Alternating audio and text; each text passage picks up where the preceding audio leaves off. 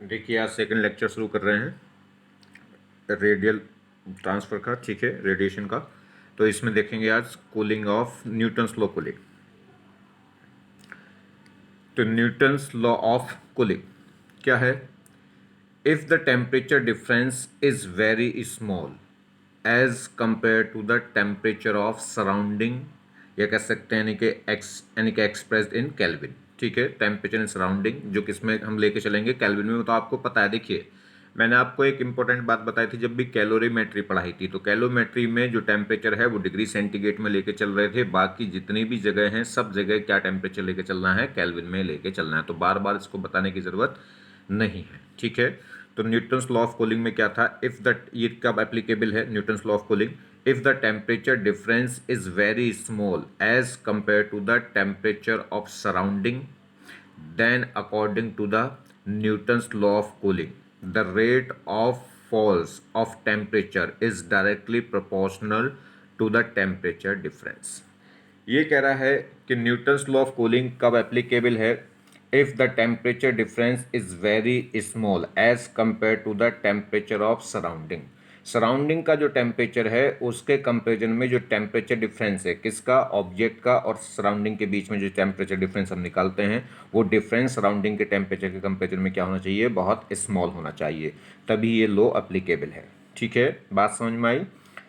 एक तो जिस ऑब्जेक्ट को हम ले रहे हैं, जिस ऑब्जेक्ट को हम कूलिंग कर रहे हैं, उस ऑब्जेक्ट का टेम्परेचर और सराउंडिंग का टेम्परेचर, उन दोनों के बीच में जो डिफरेंस आएगा टेम्परेचर का, किसके बीच में, ऑब्जेक्ट और सराउंडिंग, उनके बीच का जो टेम्परेचर डिफरेंस है वो बहुत छोटा होना चाहिए as comparison to surrounding temperature, ठीक है। जैसे मान लीजिए सराउंडिंग का टेम्परेचर कितना है, 30 डिग्री सेंटीग्रेड, ठीक, और जो ऑब्जेक्ट है उसका टेम्परेचर कितना है, 35 डिग्री सेंटीग्रेड।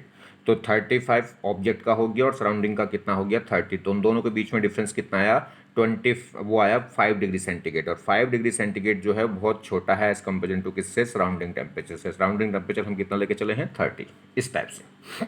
क्लियर होगी बात? हाँ, वो अलग बात है कि टेम्परेचर एक्सप्रेस किस में करना है, केल्विन में। तब अगर क्या है, टेम्परेचर जो डिफरेंस है वो क्या है, सराउंडिंग टेम्परेचर से क्या है, बहुत छोटा है, तो उस केस में क्या होगा, then according to the Newton's law of cooling the rate of falls of temperature, rate of falls of temperature is proportional to the temperature difference. तो टेम्परेचर डिफरेंस के क्या होगा, डायरेक्टली प्रोपोर्शनल होगा। क्लियर हो गई बात?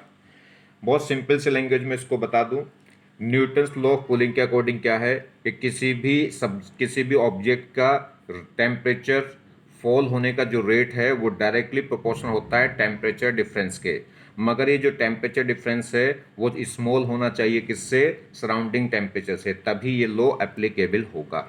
चलिए, अभी तक हमने जो पढ़ के आए थे, अभी तक हम जो पढ़ के आए थे उसमें क्या था, जो रेट ऑफ टेम्परेचर था, टेम्परेचर के फॉल्स होने का जो रेट था, यानी कि D theta upon D T, वो इक्वल था कितना, माइनस सिग्मा ए टी की पावर 4 माइनस टी एस की पावर 4, और अपॉन में क्या था, एम एस, ठीक है। अगर यहाँ क्यू लेते थे तो एम एस नहीं था, और थीटा लेते हैं, टेम्परेचर लेते हैं, तो साथ में क्या था, एम एस।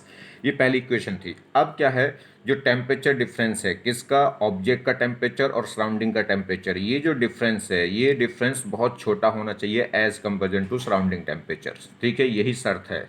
तो जो टेम्परेचर डिफरेंस है कौन सा, T minus T S, T हो गया ऑब्जेक्ट का जिसको हम कूलिंग कर रहे हैं, और टी एस हो गया सराउंडिंग का जिस सराउंडिंग में हम कर रहे हैं, ठीक है। तो टी माइनस टी एस वो बहुत छोटा होना चाहिए किससे, टी एस यानी कि सराउंडिंग के टेम्परेचर से। ये शर्त रहेगी इस लॉ के लिए, किसके लिए, न्यूटन्स लॉ ऑफ कूलिंग के लिए। चलिए, तो यहाँ से क्या है, जो डेल्टा टी है वो कितना आ गया, टी माइनस टी एस, ठीक। तो यहाँ से अगर मैं टी निकालूँ ऑब्जेक्ट का टेम्परेचर तो वो क्या होगा, इसको इधर ले जाएं तो वो हो जाएगा T S plus delta T. चलिए अप्लाई करते हैं।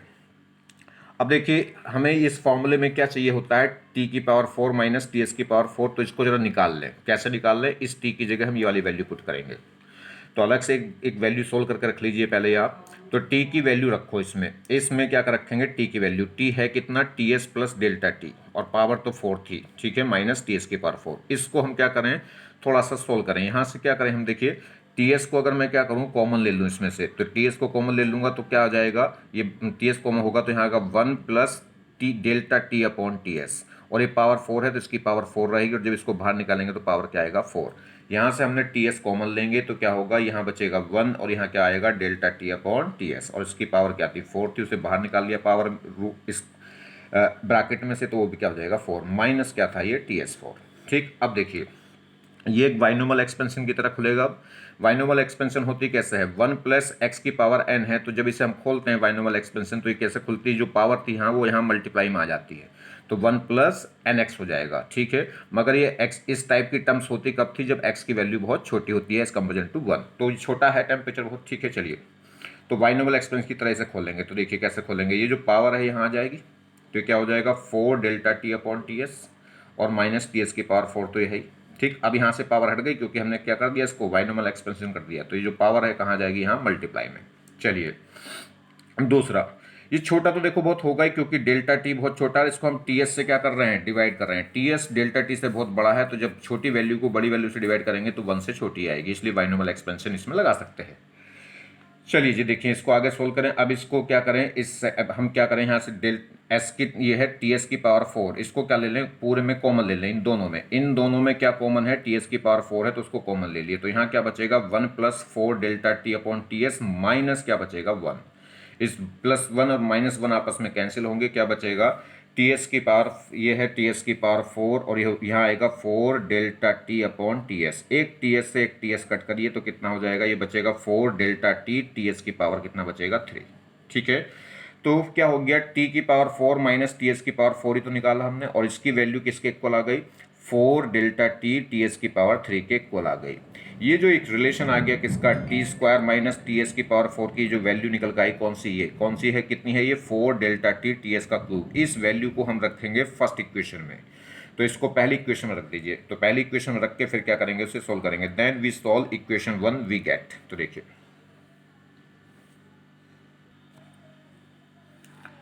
पहली इक्वेशन क्या है, तो पहली इक्वेशन ये थी delta theta upon D T, यानी कि rate of falls of temperature, वो क्या था minus sigma A upon M S into T की पावर 4 माइनस टी एस की पावर 4। ये वैल्यू हमने सोल्व कर ली, ये वैल्यू सोल्व होकर कितनी आई 4 डेल्टा टी एस की पावर क्यूब। ठीक है, तो इसकी जगह वैल्यू हमने पुट कर दी।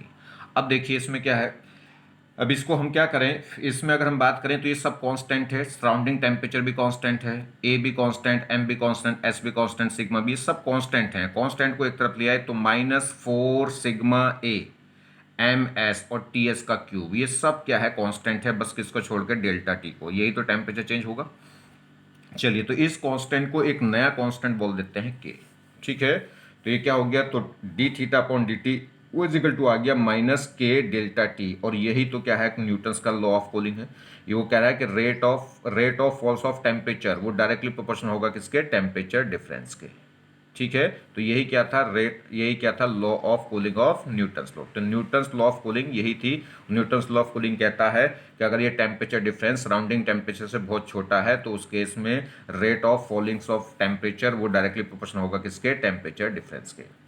तो delta theta upon delta t ये क्या कहलाएगा, rate of falls of temperature, ये डायरेक्टली प्रोपोर्शनल है किसके, टेम्परेचर डिफरेंस के। क्लियर हो गई बात। चलिए इंपॉर्टेंट पॉइंट्स इसमें इसके रिगार्डिंग क्या है, न्यूटन्स लॉ ऑफ कूलिंग तभी एप्लीकेबल है जब टेम्परेचर डिफरेंस सराउंडिंग के रेस्पेक्ट में छोटा है।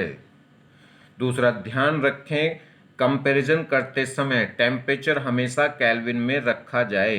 ठीक है, जब हम कंपैरिजन करेंगे तो टेम्परेचर हमेशा किस में रखा जाए, केल्विन में, कभी आप डिग्री सेंटीग्रेड में उसे डिफरेंस क्या कर लो, कंपेयर कर लो। दूसरा माइनस साइन इंडिकेट, जो माइनस साइन है, minus sign indicate that temperature of body decreases with time. तो ये माइनस साइन इंडिकेट कर रहा है कि बॉडी का टेम्परेचर लगातार क्या है, डिक्रीज हो रहा है। और वैसे भी हम क्या पढ़ रहे हैं, कूलिंग रेट। ठीक है, तो कूलिंग कर्व क्या होगा वो समझिए, तो D theta upon D T क्या हो गया, माइनस के डेल्टा टी आ गया। ठीक, इसको हम क्या करें, डेल्टा टी होता क्या है, बॉडी का टेम्परेचर माइनस सराउंडिंग टेम्परेचर। ठीक है, ऑब्जेक्ट टेम्परेचर और सराउंडिंग टेम्परेचर में जो डिफरेंस है वही तो डिफरेंस है डेल्टा टी। रखिए अब क्या है फिर, तो देखिए या तो आप इसे टेम्परेचर को टी से इंडिकेट कर दो या थीटा से इंडिकेट कर सकते हैं, क्योंकि यहाँ भी हमने किससे इंडिकेट कर रखा है, थीटा। तो D theta upon D T equal हो गया माइनस के टी माइनस टी एस, या फिर हम कर सकते हैं थीटा माइनस थीटा एस। ये हो गया ऑब्जेक्ट का टेम्परेचर और ये हो गया सराउंडिंग का टेम्परेचर। चलिए अब क्या करें, थीटा थीटा को एक साइड करिए, तो डी थीटा डिवाइडेड बाई क्या हो जाएगा, theta minus theta s is equal to क्या हो जाएगा, के डी टी। बस अब इसको क्या करेंगे, इंटीग्रेट। इनिशियली जब हम स्टार्ट कर रहे हैं कूलिंग को, तो उस समय टाइम 0 था, और उस समय इनिशियल टेम्परेचर कितना था ऑब्जेक्ट का, थीटा आई इनिशियल बोल दिया। ठीक, और जब फाइनल टी सेकंड बाद देख रहे हैं तो फाइनल टेम्परेचर ऑब्जेक्ट का कितना बचा होगा, थीटा एफ मतलब फाइनल, और देखिए थीटा मतलब टेम्परेचर, आई मतलब इनिशियल, एफ मतलब फाइनल, ठीक है। तो फाइनल टेम्परेचर उस समय ये होगा, और इस समय इनिशियल टेम्परेचर ज़्यादा होगा, फाइनल टेम्परेचर कम होगा, क्योंकि ये कूलिंग हो रही है। देखिए वन, इसे हम पूरे को एक्स माने तो 1/x का इंटीग्रेशन क्या होता है, log x। तो इसे हम थोड़ी देर के लिए वन मान, इसको क्या मानते हैं x, तो थीटा माइनस थीटा इसको क्या मान लें x, तो 1/x का इंटीग्रेशन क्या होता है, log x होता है। तो इसका इंटीग्रेशन क्या हो गया, log x, और x है कितना, theta minus theta s। Limit क्या होगी लोअर से, यानी कि थीटा i और theta f is equal to t का इंटीग्रेशन क्या होगा, dt का इंटीग्रेशन हो जाएगा t, और लिमिट क्या है 0 से t। चलिए आगे। तो देखिए, तो अगर हम बात करें तो ये क्वेश्चन हमारे पास आई थी, ये क्या था, अभी मैं अपर लिमिट रखूंगा तो एक बार थीटा की जगह क्या रख दूंगा, theta F minus theta S तो है ही, माइनस, अब दूसरी जगह जब अपर लोअर लिमिट रखूंगा तो माइनस रखूंगा, माइनस लोअर लिमिट क्या है, थीटा की जगह क्या रख दूंगा, थीटा आई, और वो इजिकल टू है के, अपर लिमिट रखेंगे टी, और लोअर लिमिट क्या है, -0, ठीक है। तो यहाँ से अब इसे सोल्व किया तो देखिए log a minus log b को क्या लिख सकता हूँ, log a अपॉन b, ये log a हो गया, ये log b हो गया, तो इसे लिख सकता हूँ log a upon b is equal to हो गया माइनस के टी। इस माइनस को अगर हटाएंगे तो ये जो नीचे वाली टर्म से ऊपर पहुंच जाएगी, ऊपर वाली नीचे आ जाएगी, ठीक है। चलिए खैर, माइनस को नहीं हटा रहा, हम log को हटा रहे हैं। यहाँ log है किस पे, ये ई एन है, मतलब ई बेस पे log है। तो जब log को हटाएंगे तो ये ई कहाँ पहुंच जाएगा, इधर, तो ये पावर में आ जाएगा, ई की पावर माइनस के टी इजिकल टू हो गया दिस। तो एफ, तो यहाँ से एक सीधी सीधी सी टर्म बन गई। तो यहाँ से क्या कह सकते हैं, तो अगर हम बात करें इसको तो theta F minus theta S वो इजिकल टू होगा, इसको इधर ले जाइए तो होगा थीटा आई minus theta S into E की पावर माइनस के टी। तो एक इक्वेशन ये ध्यान रखें। इसमें भी क्या है, अगर मुझे फाइनल टेम्परेचर निकालना ना तो इसको भी इधर ले जाओ, तो क्या करेंगे, थीटा, तो फाइनल टेम्परेचर वो इजिकल टू होगा थीटा एस यानी कि सराउंडिंग का टेम्परेचर प्लस थीटा आई minus theta S into E की पावर माइनस के टी। ये इसकी इक्वेशन है। तो यहाँ से हमारे पास एक इक्वेशन तो इसको याद रख लो, ठीक है, और एक इक्वेशन किसको याद रखेंगे, अभी जो बताया था कि जो न्यूटन्स लॉ का कूलिंग क्या कि D theta upon D T वो इजिकल टू था के इंटू डेल्टा टी। क्लियर। जो rate of fallings of temperature है वो डायरेक्टली प्रोपोर्शनल किसके, टेम्परेचर डिफरेंस के, मगर कब, जब टेम्परेचर डिफरेंस क्या है, सराउंडिंग टेम्परेचर से बहुत कम है, मगर टेम्परेचर किस में कंपेयर करेंगे, केल्विन में। तो एक वो इक्वेशन याद रखिए। अब इसका ग्राफ भी ध्यान रखिए। अब क्या होगा, कूलिंग है तो सीधी सी बात है क्या है, पहले यानी कि इनिशियली जब ये टाइम क्या होगा 0, तो ये सब कुछ क्या हो जाएगा, 1 हो जाएगा, यानी कि 0 हो जाएगा, सब कुछ 0 हो जाएगा जब टी की वैल्यू यहाँ 0 रखेंगे। तो देखिए, तो इसमें क्या होगा, जब इनिशियल, तो इनिशियल जो होगा ग्राफ कहाँ से शुरू होगा, जब यहाँ ग्राफ शुरू करेंगे, टेम्परेचर ये है टाइम के साथ में, तो इनिशियली टेम्परेचर किसका किसका ग्राफ खींच रहे हैं, ऑब्जेक्ट के टेम्परेचर का, जो भी हम सब्सटेंस ले रहे हैं उस सब्सटेंस की जिसकी कूलिंग कर रहे हैं उसका इनिशियल टेम्परेचर तो थीटा आई था। अब जैसे जैसे टाइम बढ़ेगा तो ये क्या होगा, डिक्रीज होगा, तो यहाँ से क्या होता जाएगा, डिक्रीज होता चला जाएगा। और एक्सपोनेंशियल का ग्राफ मैं आपको कई बार बता चुका हूँ किस टाइप का होता है, ये हाइपरबोला की तरह, ठीक है। तो जैसे जैसे क्या होगा, ये डिक्रीज होता, जैसे जैसे टाइम बढ़ेगा तो ये चीज़ें क्या होंगी, यानी कि जो फाइनल टेम्परेचर है वो घटता चला जाएगा, ठीक है। ये फाइनल टेम्परेचर क्या होगा, डिक्रीज, क्योंकि वहाँ माइनस के टी है, देखिए माइनस पावर है तो क्या करती जाएगी, इसको घटाती चली जाएगी। क्लियर। और घटते के जीरो टेम्परेचर नहीं आएगा, जीरो टेम्परेचर नहीं आ सकता। जो अगर कोई भी, जैसे कोई भी चाय है, तो चाय क्या है, अगर मान लीजिए आपको आपके कप में गर्म चाय है तो वो धीरे धीरे क्या होगी, ठंडी होती चली जाएगी अगर आप उसे नहीं पियेंगे तो, ठीक है। मगर इतनी ठंडी नहीं होगी। अगर रूम का टेम्परेचर 27 डिग्री सेंटीग्रेड है तो वो 20 डिग्री सेंटीग्रेड से डाउन नहीं जाएगा टेम्परेचर, फाइनल डाउन होते होते होते कहाँ आ जाएगा, सराउंडिंग टेम्परेचर के इक्वल हो जाएगा। जैसे ही उस ऑब्जेक्ट का टेम्परेचर सराउंडिंग टेम्परेचर के इक्वल होगा तो फिर कूलिंग बंद हो जाएगी, फिर कूलिंग नहीं होगी, ठीक है। कूलिंग जब तक ही होगी जब दो सराउंडिंग और ऑब्जेक्ट के बीच के टेम्परेचर में डिफरेंस कुछ ना कुछ रहे। चलिए, तो इसलिए जो ग्राफ है वो कहाँ के रुक गया, तो फाइनल जो टेम्परेचर होगा वो फाइनल टेम्परेचर किसके इक्वल हो जाएगा, सराउंडिंग टेम्परेचर के, ठीक है। तो फाइनल लास्ट में क्या हो जाएगा, ये 0 हो जाएगा, फाइनल टेम्परेचर किसके इक्वल बच जाएगा, थीटा एस यानी कि सराउंडिंग टेम्परेचर का, इसलिए 0 नहीं होगा। क्लियर हो गई बात। चलिए, question based on the Newton's law of cooling, इस पे जो बेस्ड है कुछ क्वेश्चन कर लेते हैं। देखिए, तो ग्राफ ये ध्यान रख लीजिए, फॉर्मूला ध्यान रख लीजिए, और इसका लो याद रख लीजिए, और इसकी लिमिटेशन याद रख लीजिए, ठीक है। बहुत ज़्यादा कुछ याद रखने की जरूरत नहीं है। चलिए, अब इस पे कुछ क्वेश्चन देख लेते हैं। जैसे क्वेश्चन कह रहा है कि हमारे पास क्या है, एक ऑब्जेक्ट है जिसका टेम्परेचर कितना है 20 डिग्री, वो 40 डिग्री सेंटीग्रेड, उसे 10 मिनट में उसका 10 मिनट में कूलिंग हो गई, और 10 मिनट में कूलिंग होकर कितना रह गया टेम्परेचर, 35 डिग्री सेंटीग्रेड रह गया है, ठीक है। और तो कह रहा है कि अब अगर क्या है इसे 35 डिग्री सेंटीग्रेड से इसका टेम्परेचर 30 डिग्री सेंटीग्रेड होने में कितना टाइम लेगा। एक ऑब्जेक्ट है जिसका टेम्परेचर है 40 डिग्री सेंटीग्रेड और उसका टेम्परेचर 40 डिग्री सेंटीग्रेड से 35 डिग्री सेंटीग्रेड होने में कितना टाइम लग जाता है, 10 मिनट। तो कह रहा है इससे इसका टेम्परेचर अब 35 से 30 होने में कितना टाइम लगेगा। तो सेम टाइम तो नहीं लगेगा। देखिए ग्राफ क्या है, ग्राफ क्या होता जा रहा है, ये ग्राफ ये क्या है, डिक्रीज इस टाइप का ग्राफ है हाइपरबोला। देखिए अगर यहाँ पे पहले अगर हम बात करें तो पहले क्या है, अगर मैं यहाँ से देखूँ तो कम टेम्परेचर में ज़्यादा, कम टाइम में ज़्यादा टेम्परेचर गिर रहा है, फिर क्या होगा, टाइम बढ़ता जाएगा और टेम्परेचर की फॉलिंग कम होती जाएगी।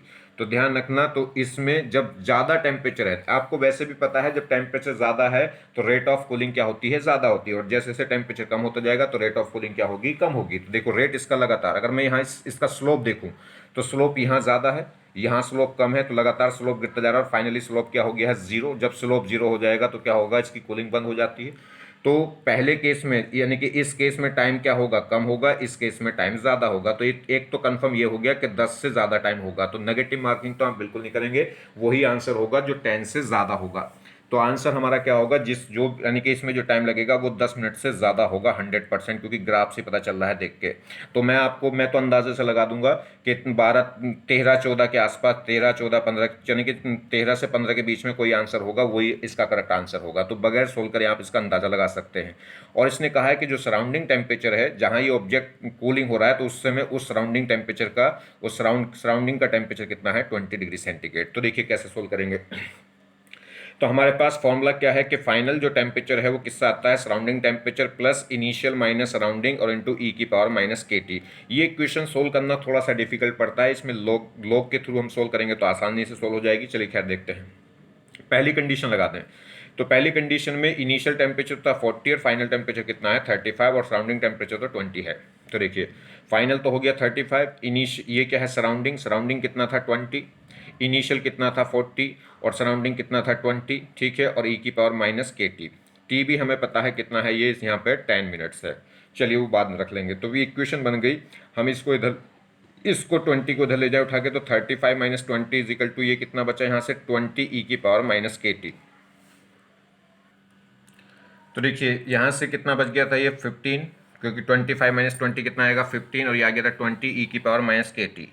अब इसको भी आप डिवाइड करो, 20 से यहाँ डिवाइड कर सकते हैं, तो ये हो जाएगा कितना, इसको मैं कट करूँ 5 से तो कितना हो जाएगा 3, और ये हो जाएगा 4। तो 3/4 इजिकल टू हो गया ई की पावर माइनस के टी, ठीक है। वैल्यू रख लीजिए, नहीं कि लॉग, अब इसे ई को हटाएंगे तो क्या रख रहे हैं आप, लॉग रख रहे हैं। अगर ई बेस पे लॉग रखेंगे या आप ई को हटाएंगे तो इधर क्या आ जाएगा, जैसे लॉग हटाया था तो इधर ई पहुंच गया था, ई को हटाएंगे तो इधर क्या आ जाएगा लॉग। तो इसे लिख सकते हैं लॉग 3/4 इजिकल टू होगा माइनस के टी, ठीक है जी। तो लॉग 3/, अब इसको माइनस को हटाएं तो उल्टा कर दो, यहाँ 3/4 था, 4/3 करोगे तो माइनस भी हट जाएगा, तो लॉग 4/3 इजिकल टू हो जाएगा के इंटू टी, और टी कितना था 10 मिनट। तो यहाँ से क्या आ गया हमारे पास, के आ गया, के क्या आ गया, तो आ गया 1/10, देखो 10 यहाँ आ जाएगा तो 1/10 log 3/4, ये हमारे पास के की वैल्यू आ गई पहला एक्सपेरिमेंट लगा के। अब दूसरा एक्सपेरिमेंट लगाएंगे, फिर दोबारा से वही फॉर्मूला लगाएंगे, क्या, यानी कि फाइनल टेम्परेचर इक्वल होगा surrounding temperature plus initial minus surrounding into E की पावर माइनस के टी। अब के फाइनल कितना था, फाइनल हो गया था कितना, देखिए ये कंडीशन थी 35, सब कहाँ ले जा रहे हैं 30 पे, तो टाइम निकालना था, और सराउंडिंग तो वो रहेगा 20। तो फाइनल कितना था 30, सराउंडिंग कितना था 20, इनिशियल कितना था 35 और सराउंडिंग कितना था 20। इसको सोल्व करें तो इसको इधर ले जाएं तो कितना बचेगा 10, यहाँ से कितना बचेगा 15 ई की पावर माइनस के टी, इसको 5 से कट करें तो ये बचेगा 2 और 3, तो 2/3 इजिकल टू ई की पावर माइनस के टी। यहाँ से ई हटाएंगे तो लॉग की फॉर्म आ जाएगा, इस माइनस को हटाएंगे तो उल्टा हो जाएगा, 2/3 का हो जाएगा 3/2, ठीक है। यहाँ से अब ये हो गया log 3/2 के टी। अब के की वैल्यू ये रही, ये के की वैल्यू कहाँ से उठा कर रखेंगे, यहाँ से इस के की वैल्यू को यहाँ से जो पहली इक्वेशन से निकली थी वो रख देंगे। अब ये दो इक्वेशन, ये यहाँ से क्या आ गया, ये के, तो ये कितना आ गया जी, यहाँ से log 3/4 is equal to 1/10 log 4/3 into t, मुझे टी निकालना तो इसको इससे डिवाइड करिए, तो देखो टी इजिकल टू क्या आ जाएगा 10 आ जाएगा यहाँ, तो 10 log 3/4 अपॉन में क्या हो जाएगा log 4/3। अब इसको सोल्व करना है, सोल्व करेंगे तो यहाँ से निकल कर आता है 14.094 मिनट। देखो वही मैंने आपको बताया था कि 13 से 15 के बीच में कहीं आंसर आ रहा होगा, और ऐसा ही एक ऑप्शन कहीं होगा, बहुत सारे ऑप्शन नहीं देगा वो, 12 11 13 ऐसा नहीं देगा वो, क्या है 10 मिनट से ऊपर का एक दो आंसर देगा, एक तो 13 13-14 के आसपास देगा, और एक दे देगा बहुत ज़्यादा दे देगा, ऐसा दे देगा 18-19-20 मिनट, ठीक है, तो वो कुछ ज़्यादा ही हो गया, ठीक है, उतना भी नहीं, मतलब डबल नहीं, लगभग क्या है, 1.5 गुने के आसपास, है ना, समझिए आप बात को। तो देखिए, तो कैलकुलेशन थोड़ी सी हार्ड है, इसलिए एग्जामिनर भी कैलकुलेट आपसे नहीं कर पाएगा, तो वो कुछ ना कुछ ऑप्शन ऐसे रखेगा जिससे आप क्या करेंगे, इसे एक ही सेकंड में आंसर लगा देंगे, बस अंदाजे से ग्राफ से आप थोड़ा सा क्या करेंगे, आइडेंटिफाई कर लेंगे, ठीक है। तो जितना अगले यानी कि अगले स्टेप में क्या होगा, टाइम ज़्यादा लगेगा। अगर आप जैसे पहले हमने 5 डिग्री सेंटीग्रेड की कूलिंग करी तो टाइम लगा कितना, टाइम लगा था 10 मिनट, अगली 5 सेकंड की कूलिंग करेंगे तो उसमें जो टाइम है वो क्या होगा, वो 10 मिनट से ज़्यादा लगेगा, जैसे फर्स्ट ऑर्डर रिएक्शन में हम पढ़ते थे केमिकल काइनेटिक्स में। तो ये इसका एग्जैक्ट मेथड था सोल्व करने का। एक थोड़ी छोटी सी शॉर्ट ट्रिक भी बताएंगे। सबसे मेन शॉर्ट ट्रिक तो मैंने आपको बता दी, अगर आपके पास क्या है 10 से ऊपर का एक आंसर है, लगभग क्या है 1.5 गुने के आसपास जो आंसर है वही आंसर होगा, ठीक है, और 1.5 गुने से ज़्यादा है उससे भी बचिए, और जो 10 से कम है उससे वो तो होगा ही नहीं, ठीक। चलिए, तो एग्जैक्ट मेथड तो यही था। एक और क्वेश्चन देख लें, फिर थोड़ा सा इस पर कुछ फंडा बताते हैं। A liquid take 5 minutes to cooling from 80 degree centigrade to 50. How much time will it take to cool from 60 degree centigrade to 30 degree centigrade? The temperature of surrounding is 20 degree centigrade using exact method of Newton's law of cooling. ये क्या है, subjective question हो गया। इसने condition दे दे कि using exact method of Newton's law of cooling, यानी कि आपको यूज करना है, कोई और शॉर्ट ट्रिक नहीं लगानी है, सिर्फ क्या करना है, एग्जैक्ट मेथड लगाना है, किसका, न्यूटन्स लॉ ऑफ कूलिंग का।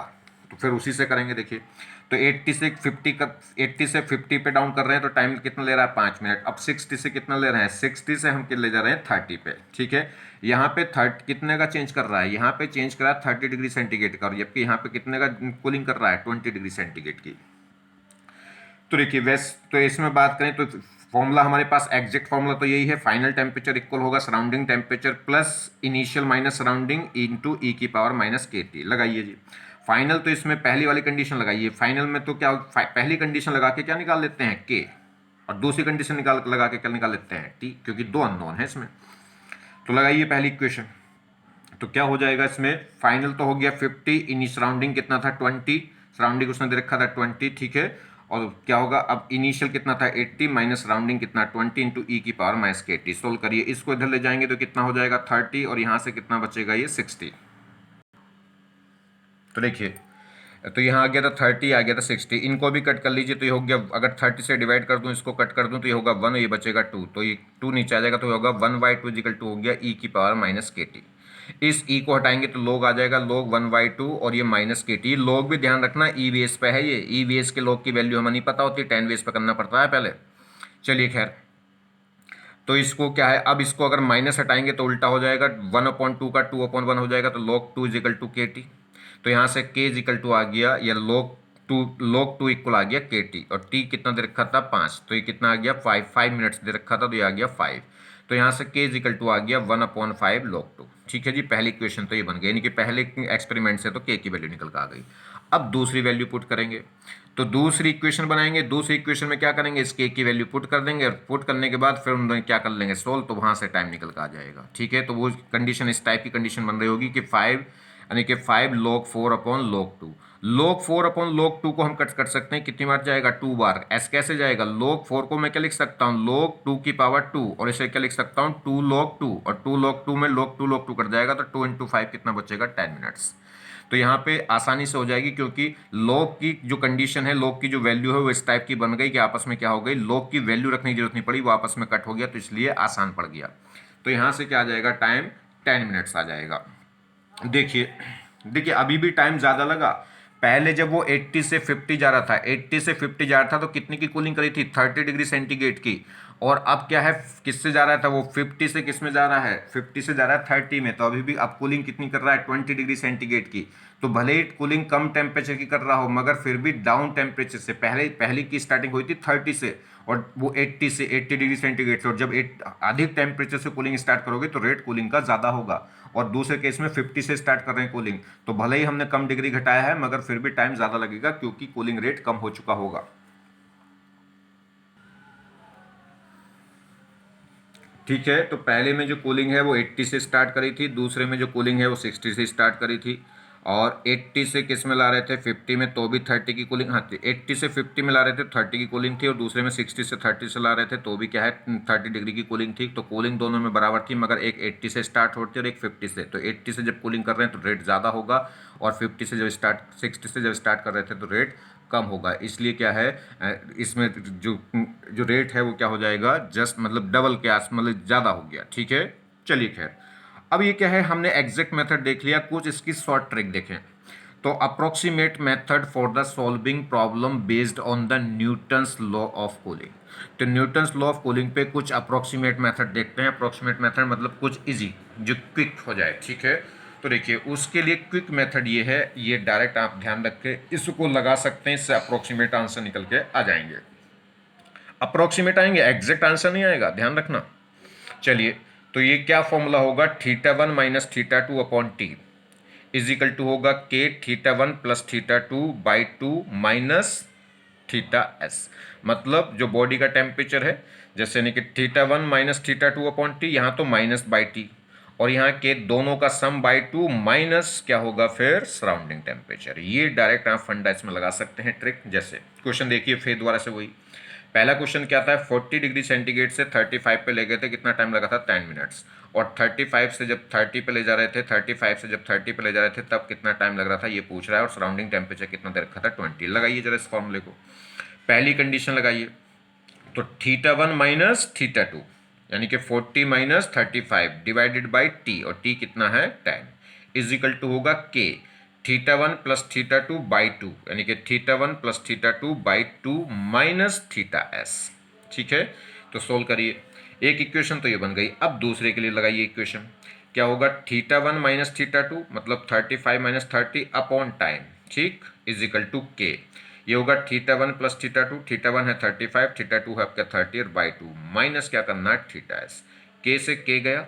ठीक है, यहाँ से सोल्व करेंगे, यहाँ कितना बचेगा, ये बचेगा 5 बाई 10, यह बचेगा 5 बाई टी। ठीक है, तो आपके ये 5 बाई 10 और ये 5 बाई टी, और यहाँ से कितना बचेगा, देखिए इसको अगर हम सोल्व करेंगे, कैसे सोल्व करेंगे, देखियो आप इसको जब एलसीएम ले लो, पहले जोड़ के बाई 2 मत करो, वो सीधा इधर ले जाओ, इसको इधर ले जाऊंगा बाई 2, जब 2 एलसीएम ले लूंगा तो 2 इधर जाएगा, ये होगा 40, तो 40 माइनस 40 कितना बचेगा 35/2 बच जाएगा, तो ये बच जाएगा 35/2। यहाँ से ऐसे सोल्व करेंगे, इस 2 को जब एलसीएम लेंगे तो इधर जाएगा 40 माइनस करेंगे जी इनमें से, तो कितना बचेगा ये 25/2, तो यानी कि बाई 2 से बाई 2 कट जाएगा, तो 35/25, वो आपकी मर्जी है, पर आप कैसे सोल्व करो इसको। ठीक है, तो यहाँ 5/10 5/t और 35/25, तो सोल्व कर सकते हैं इसको। देखिए ये कितने में कट हो जाएगा, यहाँ से कट हुआ कितना, ये 1/2, 2 आ जाएगा नीचे, तो कितना हो गया 10, और t चला जाएगा ऊपर, तो t/10 इज इक्वल टू, यहाँ से कट कर दें 5 से हो जाएगा 7, और ये 5, तो 7/5।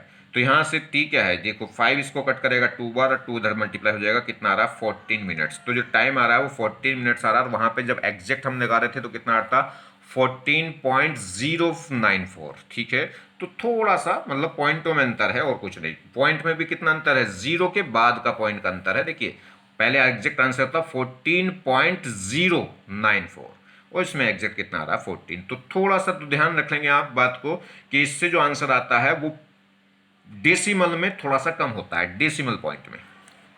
चलिए, जैसे अब ये था दूसरा क्वेश्चन कि 50 से 30 से कहाँ ले गए थे 50 पे, और 60 से कहाँ ले जाते 30 पे, इसमें लग रहे थे 5 मिनट, तो इसमें कितने लगेंगे, सराउंडिंग ये था, तो सेम वही फंडा हम लगा देंगे इसमें। ठीक है, तो देखिए यहाँ पे क्या है, तो कितना था थीटा 1 माइनस थीटा 2/2। ठीक है, वो theta 1 minus theta 2 upon t is equal to था के theta 1 plus theta 2/2 minus theta s. Same वही फॉर्मूला यहाँ लगा दिया, के से के कट जाएगा, बस इन्हें सोल्व करेंगे। ठीक है, सोल्व करने के बाद यहाँ वैल्यू कितनी आ रही है 9 मिनट्स, उसमें कितनी आ रही थी 10 मिनट्स आ रही थी। तो देखिए, तो इसमें ध्यान रखना है, इस मेथड से, इस फंडे से जो वैल्यू आती है वो थोड़ी कम आती है, किससे, एग्जैक्ट से। तो एग्जैक्ट से आंसर तो 9 के आसपास जो आंसर होगा, 9 के पास सबसे पहला वाला जो आंसर आपको मिलेगा ऑप्शन में वही आप लगाएंगे। सबसे पहला वाला कौन सा, 9 से जस्ट ऊपर वाला, नीचे वाला नहीं। चलिए और देखें, एक solid copper cube and sphere of same मास। हमारे पास एक सॉलिड, ये कह रहा है सॉलिड कॉपर क्यूब है और एक स्फीयर है of same mass are heated to the same initial temperature and kept under the same surrounding temperature, calculate the ratio of rate of falling of temperature. हमारे पास कॉपर का एक cube है और एक स्फीयर है।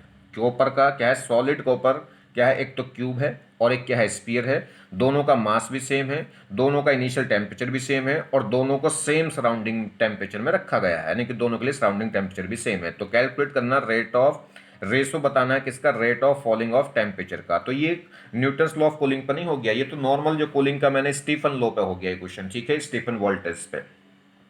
तो ये जो क्वेश्चन है किसका हो गया, ये हो गया स्टीफन बोल्ट्जमैन पे, ठीक है। चलिए, मास सेम है, क्यूब क्या है, क्यूब की अगर हम बात करें तो क्यूब की जो एज है वो कितनी है, ए, और स्फीयर की जो रेडियस है वो कितनी ले लें हम, आर।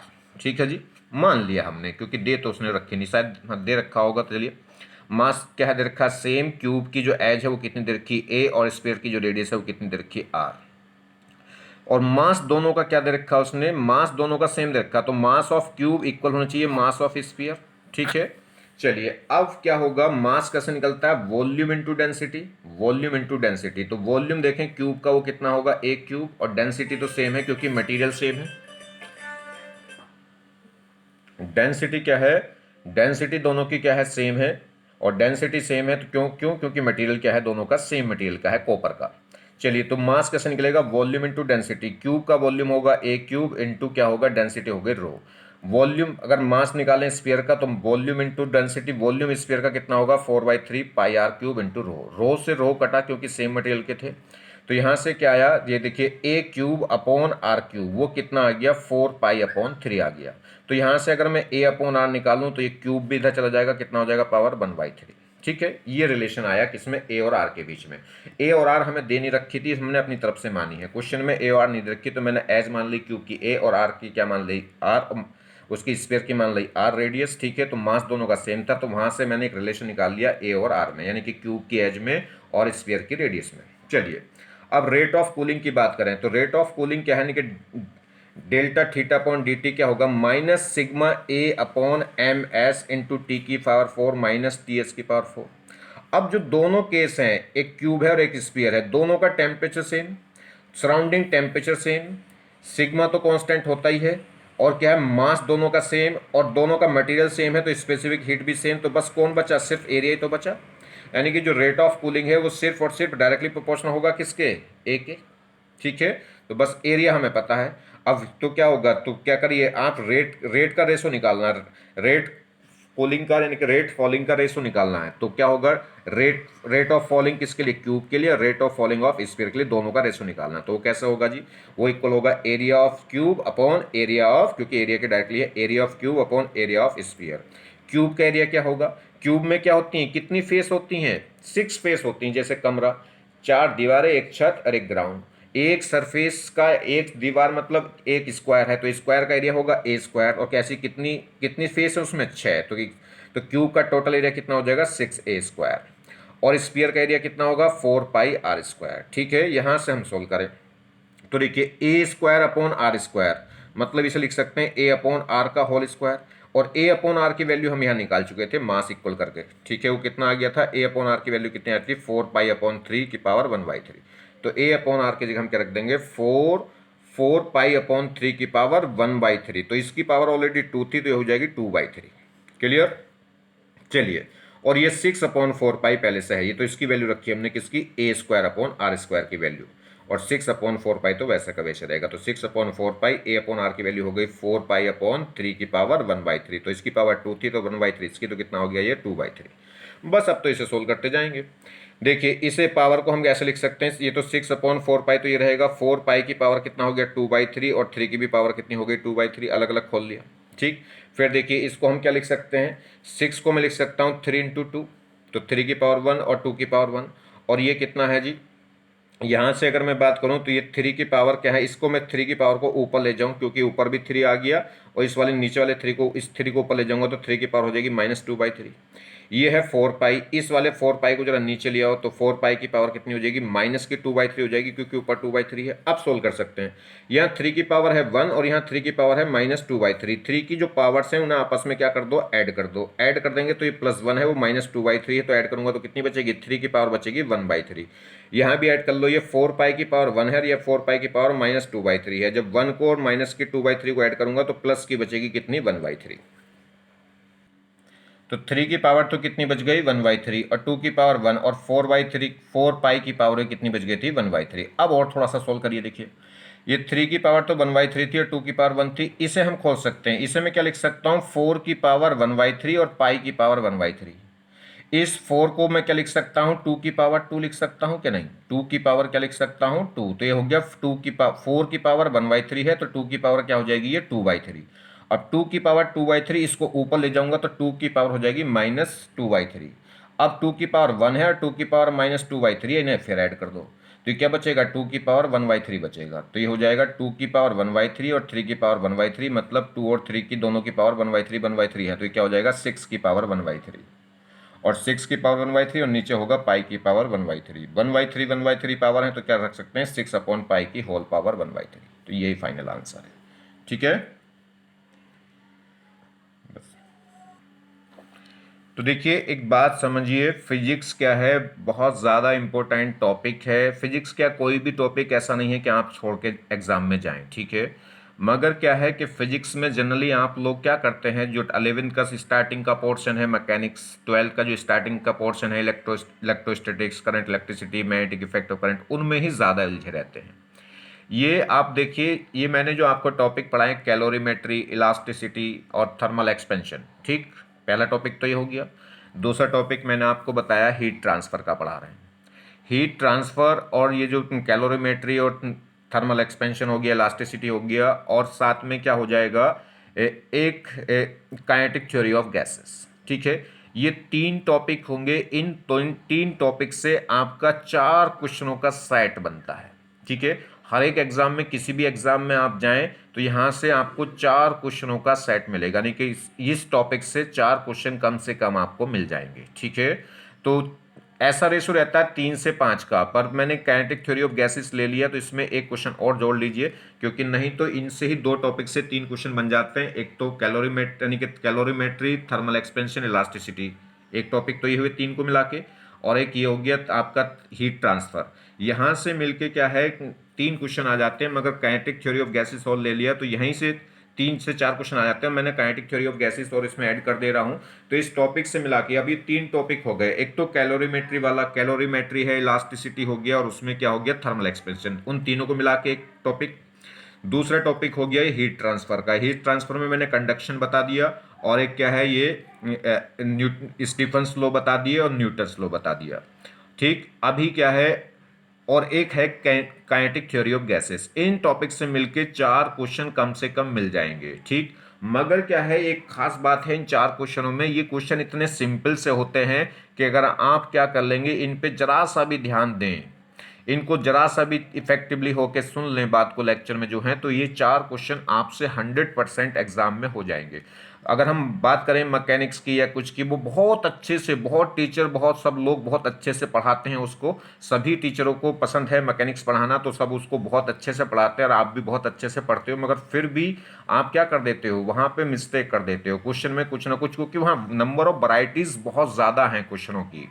इसलिए क्या है, आपकी पकड़ में पूरा नहीं आ पाता। कुछ आप 100% करने के बाद भी उसे क्या करते हैं, उससे श्योरिटी नहीं रहती कि आप 100% कर सकते हो।